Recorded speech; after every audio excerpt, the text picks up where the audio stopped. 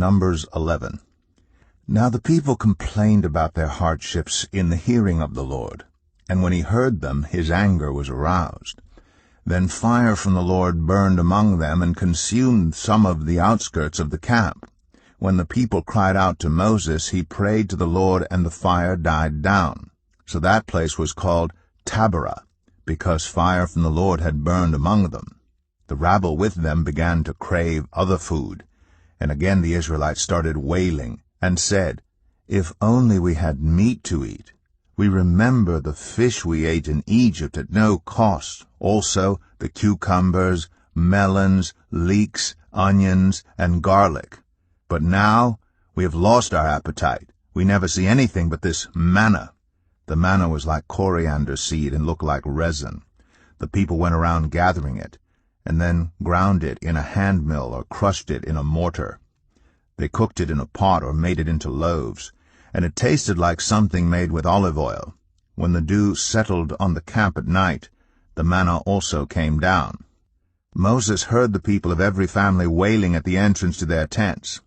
The Lord became exceedingly angry, and Moses was troubled. He asked the Lord, "Why have you brought this trouble on your servant?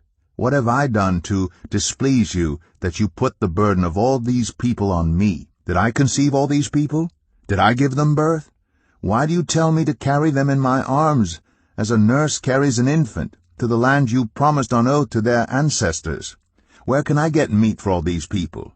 They keep wailing to me, 'Give us meat to eat.'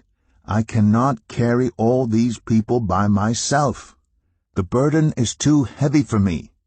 If this is how you're going to treat me, please go ahead and kill me if I have found favor in your eyes, and do not let me face my own ruin." The Lord said to Moses, "Bring me 70 of Israel's elders who are known to you as leaders and officials among the people. Have them come to the tent of meeting, that they may stand there with you. I will come down and speak with you there, and I will take some of the power of the Spirit that is on you and put it on them. They will share the burden of the people with you so that you will not have to carry it alone. Tell the people, 'Consecrate yourselves in preparation for tomorrow, when you will eat meat. The Lord heard you when you wailed. If only we had meat to eat. We were better off in Egypt. Now the Lord will give you meat, and you will eat it.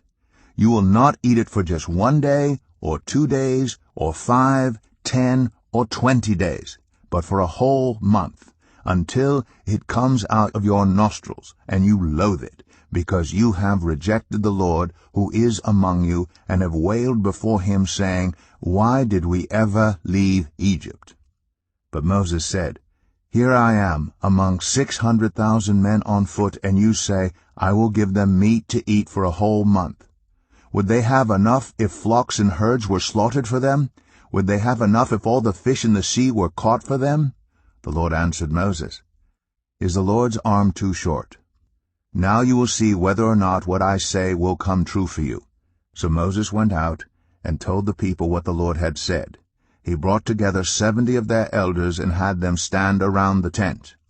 Then the Lord came down in the cloud and spoke with him, and he took some of the power of the Spirit that was on him and put it on the 70 elders.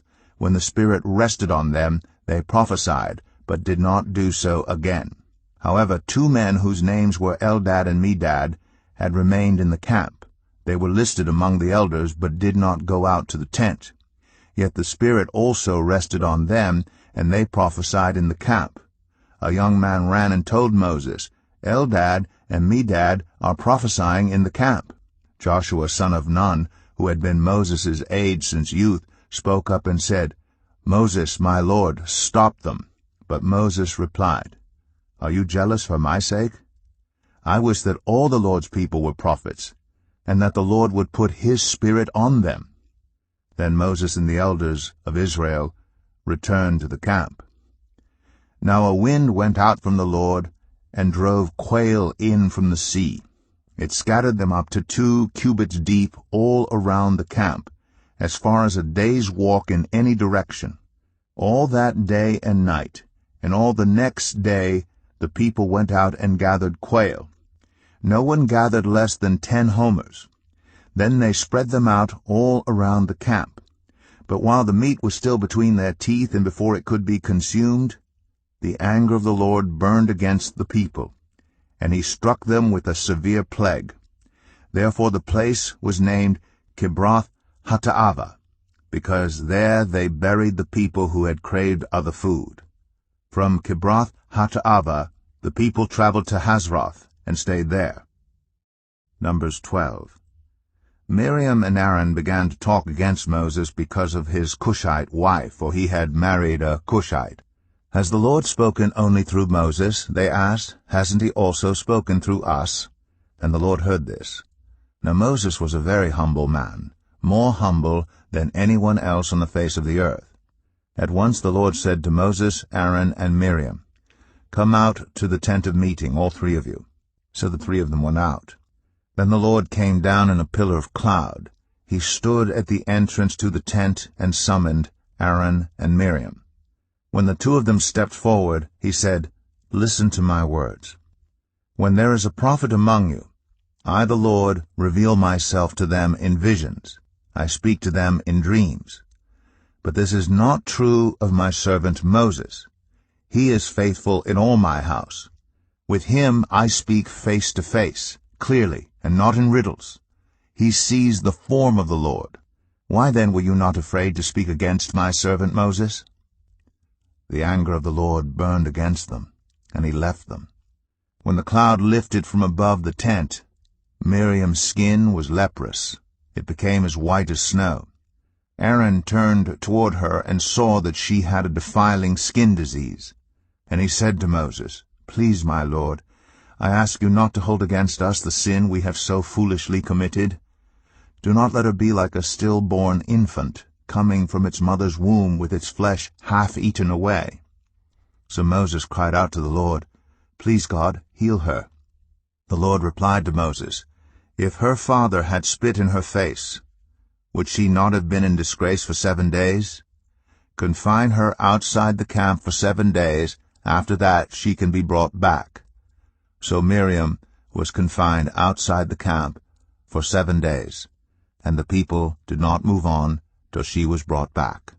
After that the people left for Hazroth and encamped in the desert of Paran. Numbers 13. The Lord said to Moses, "Send some men to explore the land of Canaan, which I am giving to the Israelites. From each ancestral tribe send one of its leaders." So at the Lord's command, Moses sent them out from the desert of Paran. All of them were leaders of the Israelites. These are their names. From the tribe of Reuben, Shammua, son of Zakur. From the tribe of Simeon, Shaphat, son of Ori. From the tribe of Judah, Caleb, son of Jephunneh. From the tribe of Issachar, Igal, son of Joseph. From the tribe of Ephraim, Hoshea, son of Nun. From the tribe of Benjamin, Paltai, son of Raphu.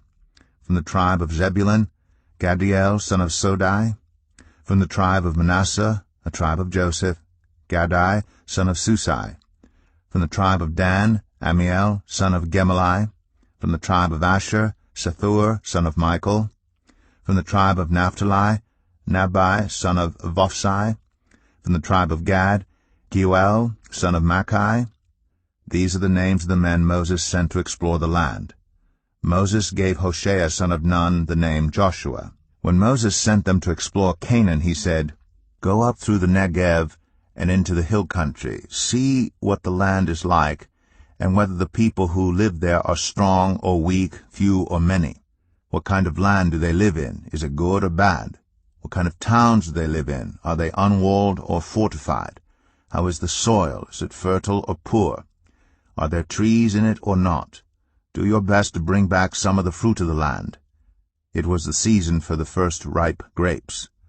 So they went up and explored the land from the desert of Zin as far as Rehob, toward Lebo Hamath. They went up through the Negev and came to Hebron, where Ahiman, Sheshai, and Talmai, the descendants of Anak, lived. Hebron had been built 7 years before Zoan in Egypt. When they reached the valley of Eshcol, they cut off a branch bearing a single cluster of grapes. 2 of them carried it on a pole between them, along with some pomegranates and figs. That place was called the Valley of Eshcol because of the cluster of grapes the Israelites cut off there. At the end of 40 days they returned from exploring the land. They came back to Moses and Aaron and the whole Israelite community at Kadesh in the desert of Paran.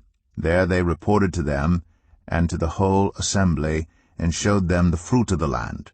They gave Moses this account: "We went into the land to which you sent us, and it does flow with milk and honey. Here is its fruit. But the people who live there are powerful, and the cities are fortified and very large. We even saw descendants of Anak there. The Amalekites live in the Negev. The Hittites, Jebusites, and Amorites live in the hill country, and the Canaanites live near the sea and along the Jordan." Then Caleb silenced the people before Moses and said, "We should go up and take possession of the land, for we can certainly do it." But the men who had gone up with him said, "We can't attack those people. They are stronger than we are." And they spread among the Israelites a bad report about the land they had explored. They said, "The land we explored devours those living in it. All the people we saw there are of great size. We saw the Nephilim there." The descendants of Anak come from the Nephilim. "We seemed like grasshoppers in our own eyes, and we looked the same to them."